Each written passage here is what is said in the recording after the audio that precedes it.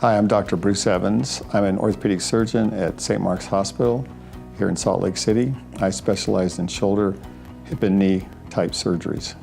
Well, the robotic system is essentially an arm that we use to assist in repairing, in the case of a total hip, the cup portion or the acetabular portion of the total hip. And the robot actually allows us to be precise in placing that particular implant. So not only, we usually try to direct it at 40 degrees and 20 degrees, and we can match it perfectly every time. And that's a big advantage because we found that when the cups or the acetabulum is not in the right position, then there's failure. So the robot is very nice, and it gives us precise as far as precision, as far as getting it in the right position.